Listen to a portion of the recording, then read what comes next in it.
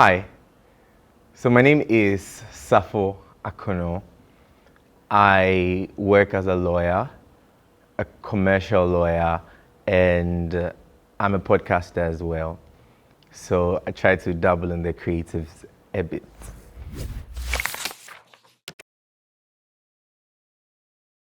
I grew up in a family where it was my mother's policy that we all go to one church. Until you get married, we all have to stay in the same church, go in the same car, that whole family atmosphere. And so I grew up in a Christian family. When I was in JSS, before it became JHS, I was in JSS 1. I think a crazy thing happened which taught me like one of the really key lessons I know in my life now. And so it was around the period where there were these things going on of the truth behind hip hop. It was like a series of these, it was a pastor saying all sorts of things about some artists that we love and how they are into cults and things like that. So I was watching one time with my brother and a few of his friends. And then the pastor in this documentary mentions a thing of how these videos and things lead you into pornography and masturbation. Again, I'm a very curious person, possibly when I'm in my line of work. And so I blurted out, like I just generally asked, what is masturbation? I did not know, genuinely did not know what that was. And everybody in the room just looked at me like, that was ridiculous. How do you not know what masturbation is? Or well, I think I knew what pornography was, but not masturbation. And so one of the gentlemen in the room generously explained what it was to me. And I was like, oh, Grace. I was just quiet. But later on, I think that night, I decided to try for myself. Like, I need to know what the fuss about this is. Like, why is this such a big deal? And so I tried it first time, awkward. Tried it again, I think the next day or so. And that is how, genuinely in my life, I got into a very long period of addiction of masturbation and pornography for about at least 7 years, to the point that I remember there are seasons in my life where if it did not happen at least twice a day, I could not breathe for the life of me. I was like, that something was just absolutely off for me. And it was just insane. And so the lesson it taught me, protect your innocence. And I'll just speak into a few people I met about it. That at all cost, protect your innocence. Because this was me in JSS. Fast forward, I'm able to finish high school, junior high school. I moved to senior high school, which was the most difficult period in my life anyway. But I think it was really difficult because when I was writing my BEC, this was in 2008, I lost my father to kidney failure, which happened in a very dramatic way that I was not too prepared for. And mind you, I confidently say this that I was and I still remain my father's favorite. I was named after his mother, just by the way. And so it was quite difficult for me writing my BEC, thought of, deferring it. But you come from a Ghanaian family, we don't do things like that. You don't defer. And so I wrote. Anyway, I got really good grades by God's grace, but I still struggled to be happy. It was a very long season of depression and I had no idea that I was depressed till I came out of it. This was somewhere in uni. And so right from when I wrote BEC to my period in high school, senior high school, which again is why I say it was really difficult for me. It was crazy for me. It felt like I had like a cloud over my head. And as my friend describes it, it's like drowning while swimming. It's like you are putting in all the effort to swim, but you just know you're drowning. And that's what it felt for me for so many years, 5, 6 years, if I'm not mistaken. So when I went to senior high school, in my second year, strangely enough, I found out I had a cousin in school. I didn't know he was my cousin, but somehow I found out he was my cousin. And I joined a group called Calvary Road. And one of the things they did before, accepted people as executives was we had, and I went to a boys' school, so we would have in the prayer chapel, would have a meeting where we'd all talk about our struggles, things that we've battled with all through these years. I guess it was a means for us to be quite transparent with each other, to be honest and be able to find help when we needed it.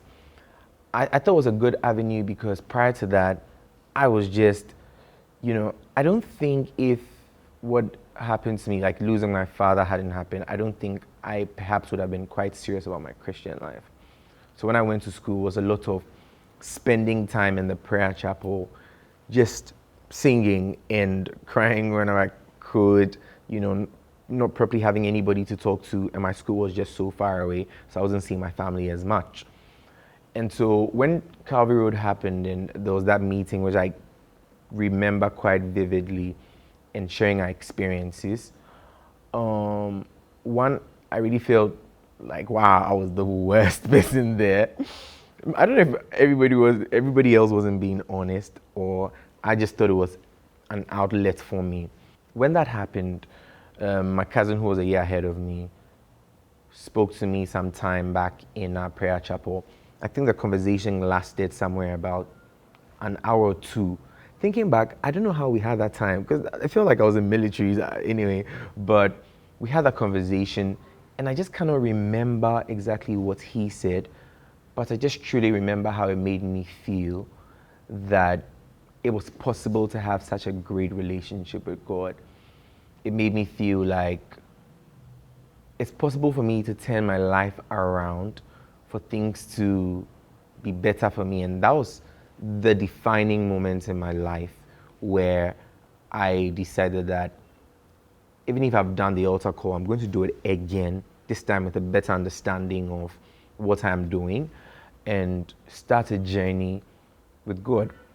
And I remember those early days where people would speak to me about God, and I genuinely had tears in my eyes from just thinking about how truly good God is, that He'll choose to use somebody like me, choose to find me worthy, to die for me, and just to give me a better life. It absolutely made no sense to me. So it started there. Another thing for me was, for the longest period, I felt like I was really alone in life. Like I said, I was my father's favorite. And so it was my older brother for my mom, me for my dad. And when I lost my father, I felt truly alone. I think I lost trust in humanity. It's crazy to say. This is why, when I was, on the day when I lost my father, he was going for his very last kidney dialysis. He had done a lot of it. He was wearing his very favorite suit. It was a gray suit. I remember it like it happened just yesterday. And I went to his bedroom to say goodbye because I was heading off for school. It was a Thursday, if I'm not mistaken. And he used to call me boy. So he's like, boy, I will be back. These were literally his last words to me. And yeah, he never came back. So it was pretty difficult for me to reconcile. Like, he actually said he was going to come back. So I think there was a period where I was expecting him to come back in some way, that, oh, we've served God all our lives. We've done it. I've seen my parents give to God a lot. And it's time for you to, show some love to us. Like, let the guy come back to life. It didn't make sense to me because I was not the richest of my friends.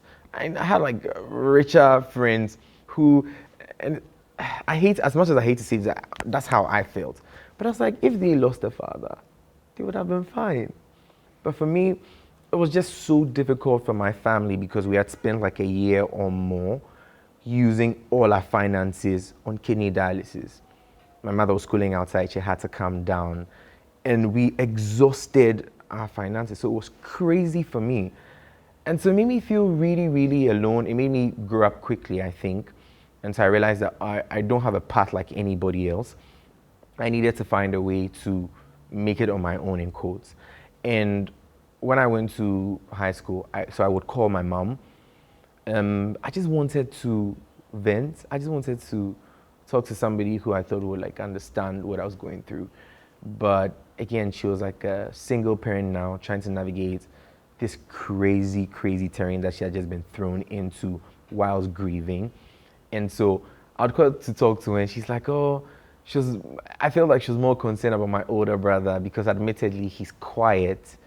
And so if there was something wrong with him, it was difficult for anybody to know. So she felt I could get through to him. So her concern was, how's he doing? He was schooling in Accra, I was schooling in Cape Coast. And I totally felt alone in that period. And so I found God to be my solace. I found God to be my boundary. Whenever I talk to people about what God is to me, I say God is my boundary. God is the reason why I would not do certain things. He's the reason why I would do certain things, because I know that given the leeway, I have like a really high tendency to go overboard. And so that's what God has been to me throughout that period. Now, what God means to me in this season. This year, my only resolution was to get to know God better. And so I learned this year about the similitude between Christianity and a Jewish marriage. So you see all these marriage references in the Bible that Jesus gives. It was really just about the Jewish marriage. And I can talk about that for hours. But one thing that stood out for me earlier this year was the concept of covenants. Possibly because I'm a lawyer, but so there's a difference between a covenant and a contract. The thing about contracts is if one party falters, they don't honor the contract, then the contract can be, the technical word is vitiated, or it just, it doesn't come into existence anymore. It just stops. The thing about covenants is, even if one party falters, the covenant is still in existence. That's just how powerful covenants are. What happens in a Jewish marriage is there's a point where the two individuals stand facing each other when they're making the marriage covenant. And then they walk and exchange places. And the idea of that is no more a thing of my or I, it's a thing of we.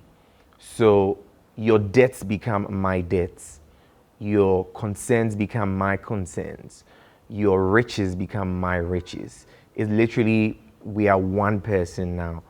And that's exactly what Jesus did on the cross when he took our place. It was a literal exchange of places where he took up it's like he's me, I'm him. It's a crazy thing to understand. And so it made me realize that the things that I'm concerned about, Jesus is more concerned about them because they are literally his problems as well.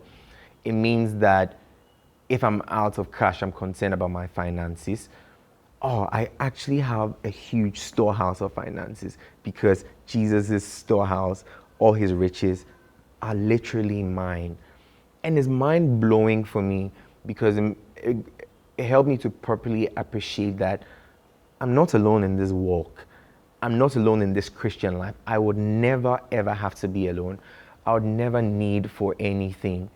I just have to realize that I have all these amazing storehouse of resources at my disposal, and it makes life way easier. How I've gotten to the point of moving out of depression has all been about God. In fact, I think I should probably even tell you the story of how I became a lawyer.